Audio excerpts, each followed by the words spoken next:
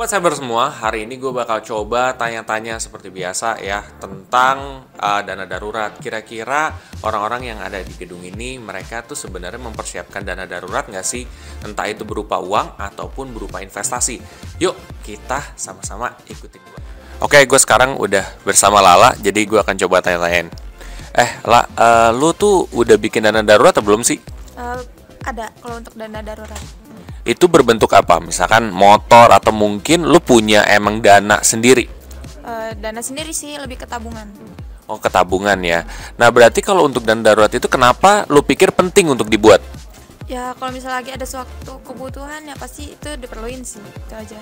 Tapi dana darurat lu itu kira-kira misalkan 2 kali dari pengeluaran lu atau gimana? Pasti sih 2 kali dari pengeluaran. Oh, bahkan bisa lebih ya. Mm-mm. Nah, menurut lu nih selain daripada dana darurat, lu punya investasi nggak sih? Ada sih kecil-kecilan. Nah, lu punya investasi itu buat apa?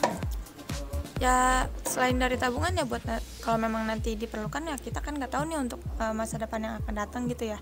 Ya pastinya ada sih, gitu aja. Oke deh, makasih banget ya atas jawabannya. Nah, gue coba tanya yang lain juga. Thank you banget ya lah ya. Ganggu lagi, kita ketemu lagi nih. Iya, jadi gue lagi bikin konten nih soal dana darurat ya. Kira-kira lu udah bikin dana darurat nggak sih? Punya, aku udah bikin dana darurat, tapi bukan dari uang ya, bukan tabungan, tapi lebih ke aset aja. Oh, asetnya berupa apa ya? Beca atau gimana? Ada motor sama sapi. Oh, sapi ya gitu. Kenapa lu kepikiran untuk bikin dana darurat tuh sapi ya? Karena sapi itu belinya aja cuma 15 juta, dijualnya bisa 30 juta sampai 35 juta. Oh gitu ya, jadi beda lagi guys ya, bahwa ternyata tidak selalu berupa dana. Tapi kalau lu dana tuh lu nggak pernah nyimpen gitu, kayak misalkan lu dari gaji lu sisihin berapa persen gitu. Oh, nyimpan sedikit-sedikit, cuma kayak nggak sebanyak yang di aset itu gitu loh. Oke, jadi boleh nggak share tipsnya untuk dana darurat tuh buat teman-teman cyber semua? Tipsnya apa nih? Tips apa nih? Iya, dana darurat apa mungkin lu harus bangun dari muda atau gimana? Kalau dana darurat itu harus dibangun dari sejak kita kerja sih. Awal kita kerja sisihin sedikit-sedikit. Artinya nanti kalau kita lagi butuh kita bisa nih untuk ambil dana darurat itu gitu. Jadi dari gaji kita atau dari dari penghasilan kita lah gitu. Jadi jangan dihambur-hamburkan semua gitu sih. Tapi model kayak lu mah dana darurat investasi jalan ya? Udah jalan, puji Tuhan. Oke deh, thank you Jang ya. Nanti gue akan coba cari satu orang lagi. Gue ya. Gak apa-apa ya. Gue lagi bikin konten nih soal cyber future. Kira-kira lu udah bikin dana darurat gak sih? Udah ada. Cuma lebih ke berupa aset aja sih. Oh, aset ya, jadi lu nggak berupa duit ya? Nggak berupa duit. Kenapa nggak berupa duit? Karena gue tipikal orang yang agak kalap atau boros gitu. Kalau berupa uang ngeri aja kepake gitu Bang.